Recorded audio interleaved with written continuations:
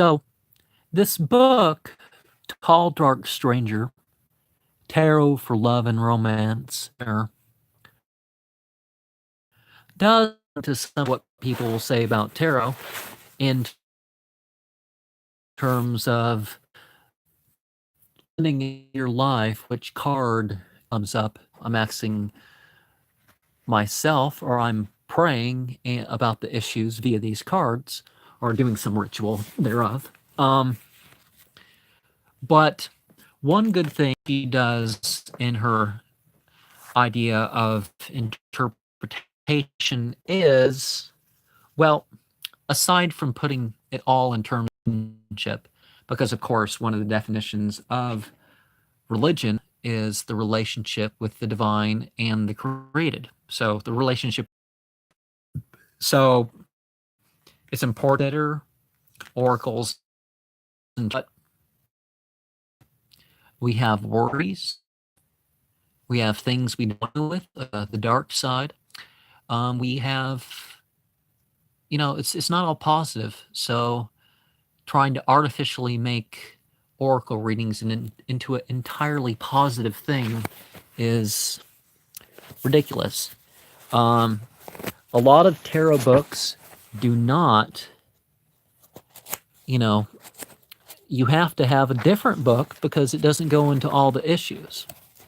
So let me figure out where my thing is, and I'm going to try to give a rundown of the cards.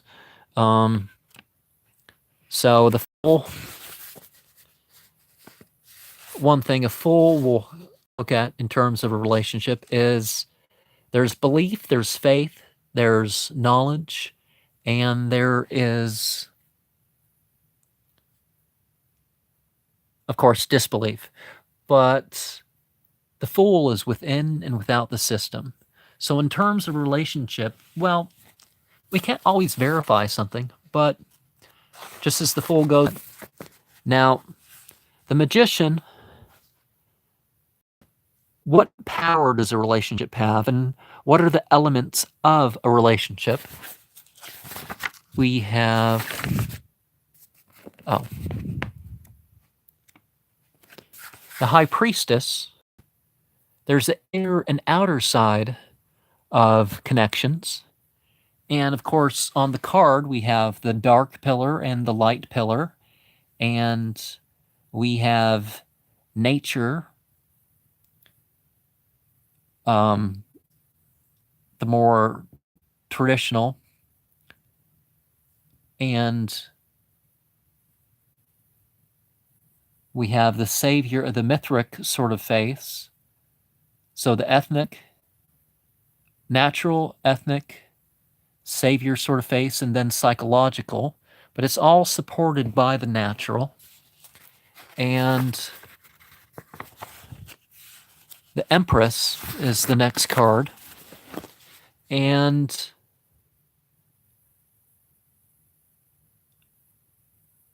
it's very, very important to consider what the feminine side is of things.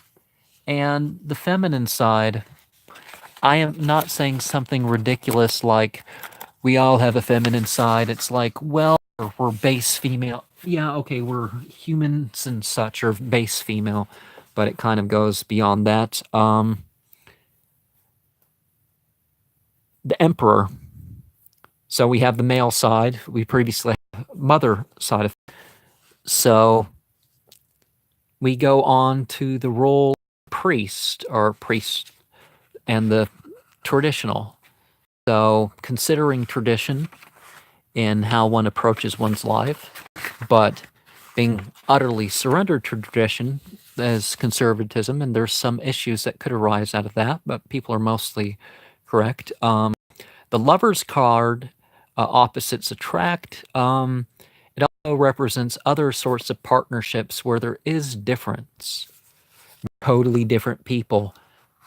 That's something people say a lot, and it's like those are some of the best relationships is when you have people that are different, because then you have different things that the other can do and accomplish more as a group. The chariot, we have the white sphinx and the black sphinx, and sort of the entity that carries the red, the thalamus, the pineal, and the pituitary. But what is our drive? Is our drive limited to the 3 horses of materiality, or are we beyond that as a soul? Oh, there's no 3 horses in that one, but so strength. You can consider this adjustment. Oh wait, no, you can consider this lust. Also, so brute force. Well, brute force only gets an individual so far. There's also the openness,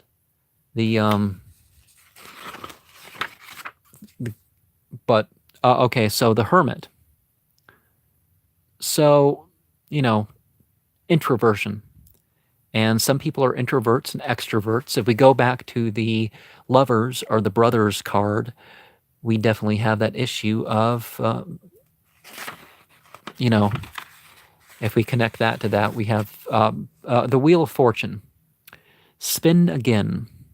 Well, we have the name of a god, we have the word for wheel, and we have this, the seasons and the alchemical stages and being equiposed.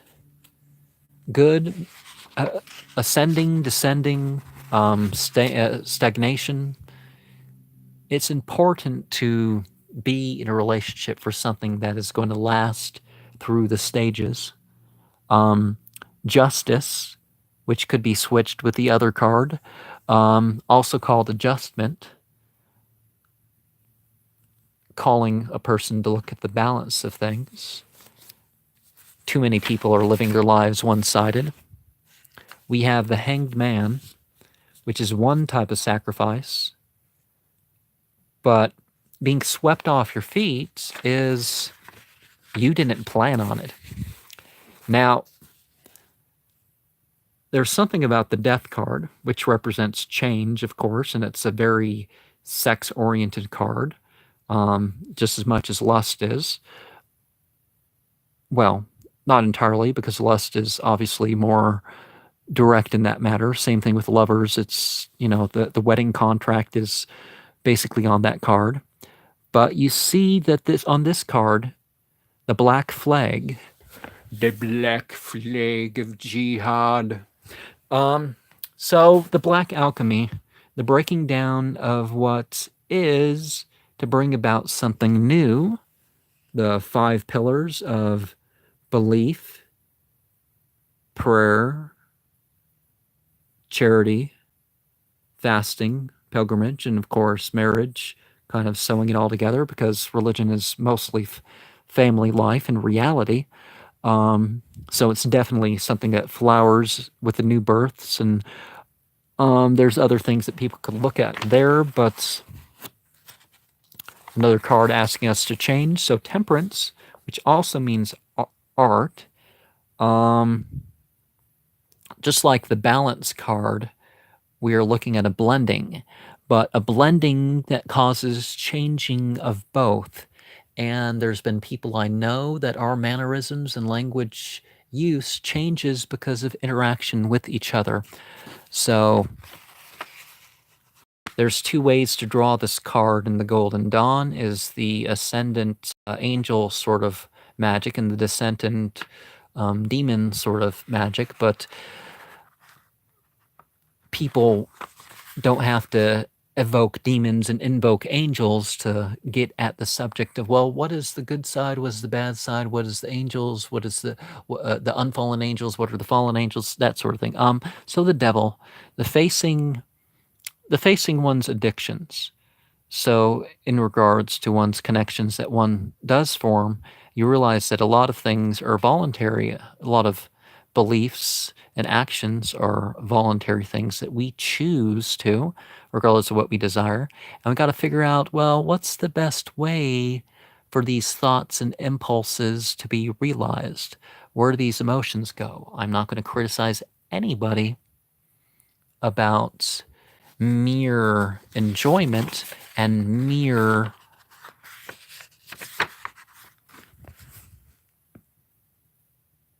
thought or impulse.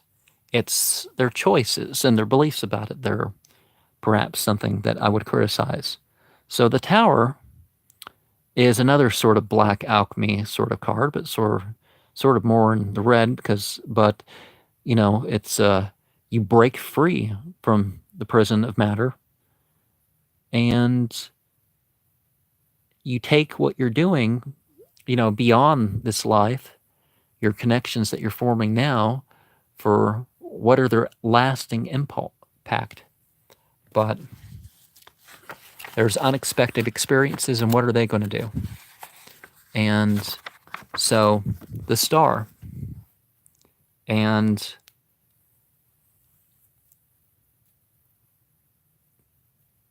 you realize that based on the new, and in terms of the old, got to let go of some of the old, and an experience has been, a relationship is there to accomplish something that is going with the flow of what is.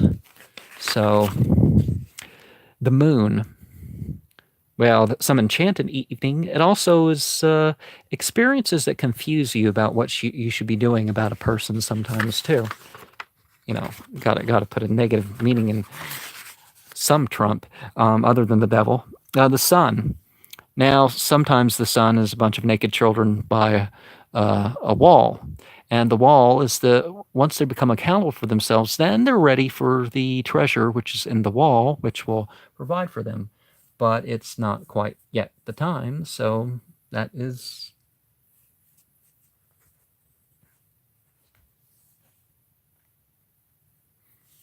Okay. But we're liberated through our experience, so the letting oneself be known, and the judgment, the last call. So you never know what opportunity, that's it.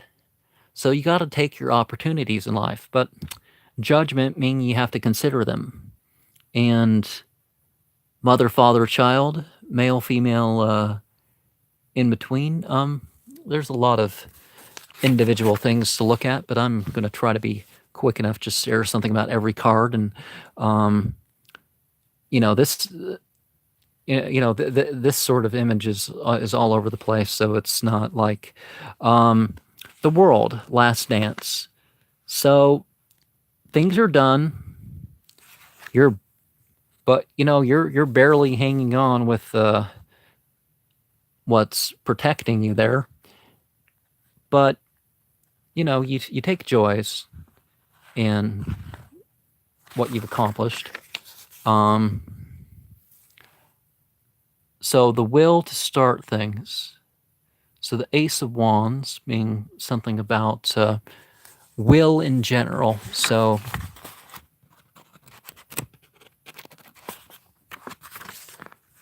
something about what you establish, what you control. So the Two of Wands.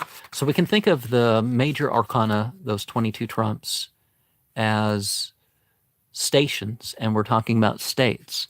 So the Three of Wands represents, well, you want and you try, you want and you try. Just keep trying if it's something you should be doing, of course. The Four of Wands, the wedding dance.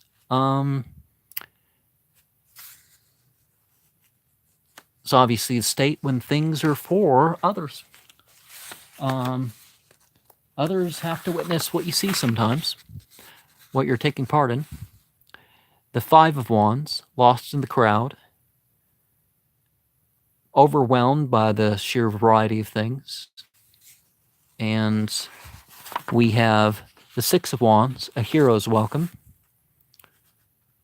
When you've brought things down the middle,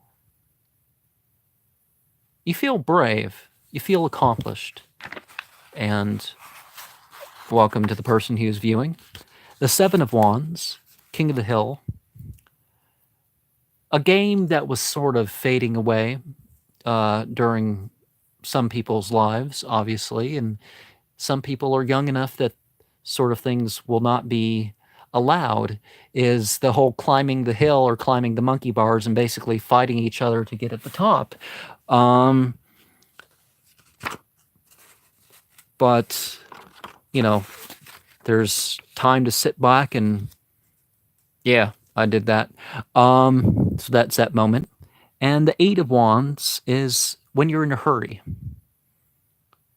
So just like the Judgment card, where you say, I don't know if I'm going to have another chance. Sometimes, whether you have another chance or not, it's best to just hurry and get it done. So much of life is you have, if you just, whether it's ritual or work or whatnot, you go forward, get it done right when you have the opportunity, and then stop and break, and it's like it all goes smoother, at least for me.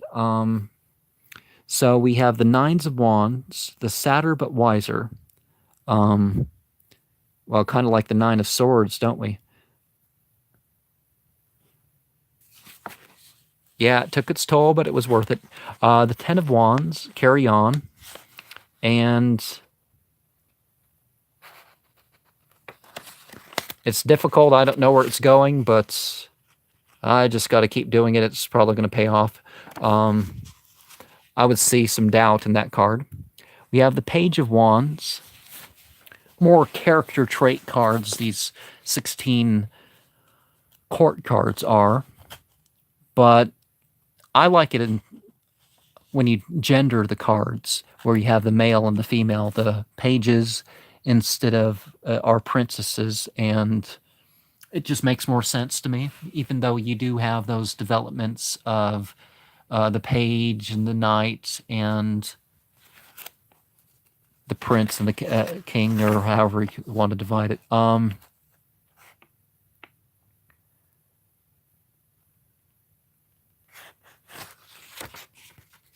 So you can do. You feel like you can do something in this world in terms of what you want, and you're working toward it. You're developing some skill as a knight, and well, Crowley would put those as princes, and the knight would mean an active thing rather than a king at the end. We have the Queen of Wands, the Steam Heat. I don't know. I hate to mention this because there's a, well, not hate to mention it, but it does represent an idea. Some people call it the slut card. I don't know if I'd call it the slut card if I was helping somebody interpret the symbolism of an arrangement, but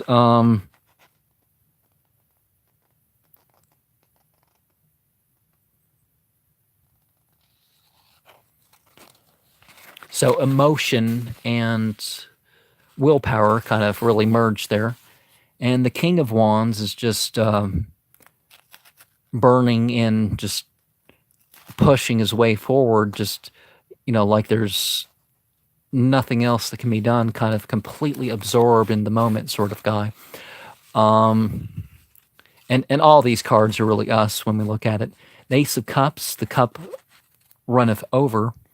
Well, we have various fluids that obviously, for one reason or another, your spinal fluid going down, but the emotional, the mental state is, there's overwhelming moments in life, and okay. Sorry about that. I don't know how long I had the thing covered, but so the Two of Cups, a toast to romance. Certainly a basis of love is important with any connection, but what defines love? A sisterhood sort of love, or a love for an occasion, is the Three of Cups, or, well, I said love for an occasion, not love because of an occasion, although you can have that, can't we? The Four of Cups, opportunity knocks.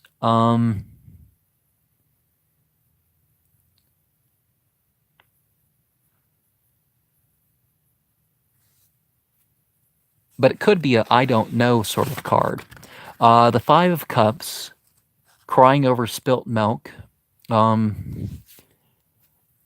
sort of the suffering card. The Six of Cups, childhood sweethearts. Well, relationships can be based on things long ago when one was a pre-adolescent. Either you knew the person or you didn't know the person. There was some aspect of your childhood that results in, as being adults, that these are things, or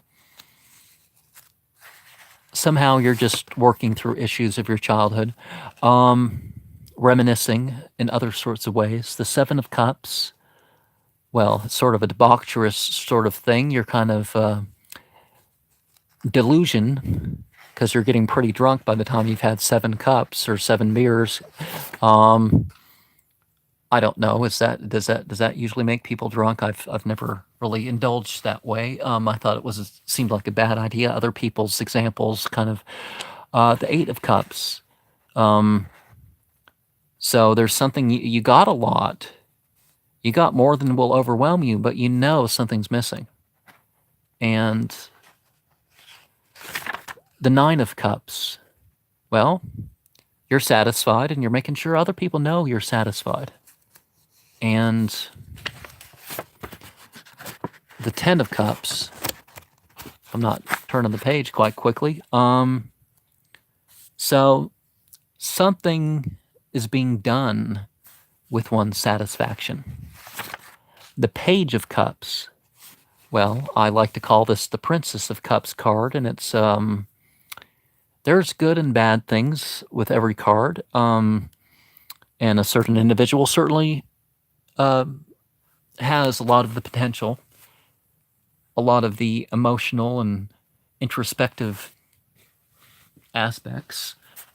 As time goes on, maybe not quite as much, but so there's something right in front of you. The Knight of Cups, or the Prince of Cups, the wooing process, someone who wants to convince. We have the Queen of Cups, or the Queen of Hearts, and this is sort of the reflective sort of character on the... Oh, we're going down. Okay, usually, most things kind of start with the coins, and then the swords, and then the wands, and the disc, or maybe so. This is not the order, but a sort of descending order. I guess it does make sense. We're going over this way.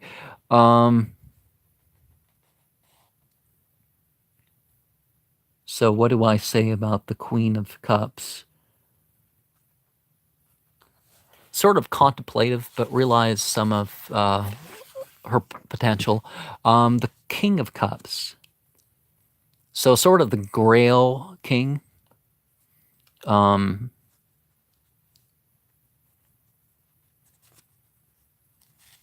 Powerful passion, but accomplishes something with it. The Ace of Swords. You know, I came not to bring peace, but a sword. Very into distinction. But it's, of course, the representation of everything intellectual. And the Two of Swords, peace. But peace because we've survived, and we gotta make the best of what we've done with our survival. And heartbreak. Yeah, we put ourselves out there and kind of got broken sometimes. Which card is the truce card? I'm thinking the 3 could be the truce card. It's like, okay, heartbreak could be like that too, is that we've, so we better do something to prevent further harm being done. And you need someone else. So the Four of Swords. Sometimes you just need someone else. The Five of Swords. The spoils of war. And it's again a card that you think of the cost is that, well, I've paid my price and I'm getting things back. The Six of Swords, the crossing over, but it's where you have to be very careful about method. So you're being meticulous. It's also called the Science card. The Seven of Swords is the theft of hearts. And when you think, oh, swords were expensive, so I'm carrying all this swords, but they're sharp and they're heavy, and I'm not getting away. So the guy's going to get shot with an arrow by the guy in the house, isn't he? Regret. It's definitely a regret card. The Eight of Swords. So you're imprisoned by your overanalysis, but you can break yourself free just like you can in the Devil card. So doing too much, sort of an overwhelmed sort of card. The Nightmare card, the Nine of Swords. So things are getting really cruel, and just like your Ten of Cups, we got oppression, and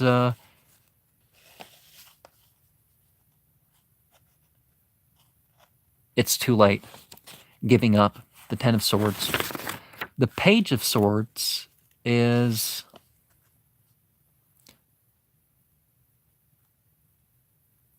you want to make your way known. The Knight of Swords, well, the Princess of Swords. I have drawings that I did. Want to know if I find the file? Maybe I'll do something with that. The Knight of Swords. Just everywhere, dividing everything. Sort of a break-up society sort of guy. Some people like that. The Queen of Swords is like, it's like that Shiva stuff, isn't it? Is that, you rise above, Om Namah Shivaya Shivaya Nama and eventually you're like only like paying attention to your head. It's like, where's your body? And there's some interesting heady sort of feelings that come with certain practices, but it's you cut off the ego, the false egos, you cut off your false images of divinity, and you go above that. So it's your card of ascent. Really, as far as the swords, it's the chief card in my eyes. The King of Swords, which is supposed to be, further advancement, but it's really just a really well-established theory sort of way. The Ace of Pentacles, everything that's physical, so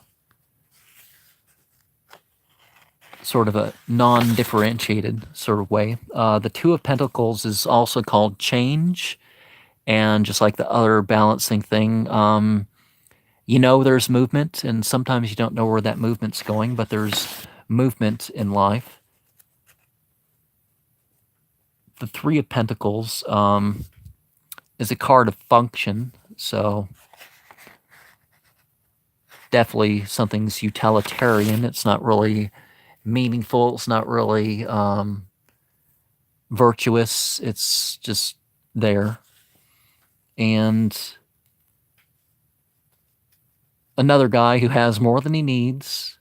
He's like, I got this many. So sort of an accountant sort of guy. The Five of Pentacles.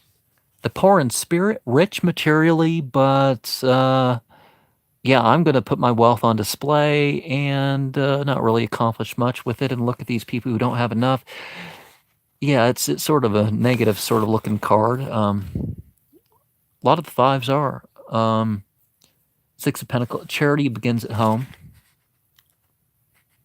So 6 being a pelvic number, so the number of marriage, the center of marriage. and taking care of one's family. And that that says a lot in a lot of areas of life, is that why let your family get all messed up in various ways and then just, oh, well, I'm good for society. It's like, I don't know. You can help people outside your family, but, the Seven of Pentacles, harvest time. Is it the Eight is prudence, but strutting yourself stuff is not prudence. It's sort of displaying it. Is it Seven of Pentacles? So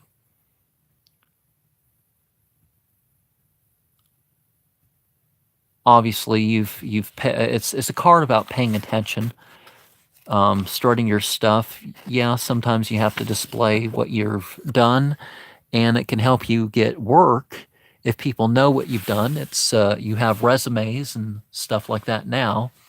The Nine of Pentacles, a garden of earthly delights, and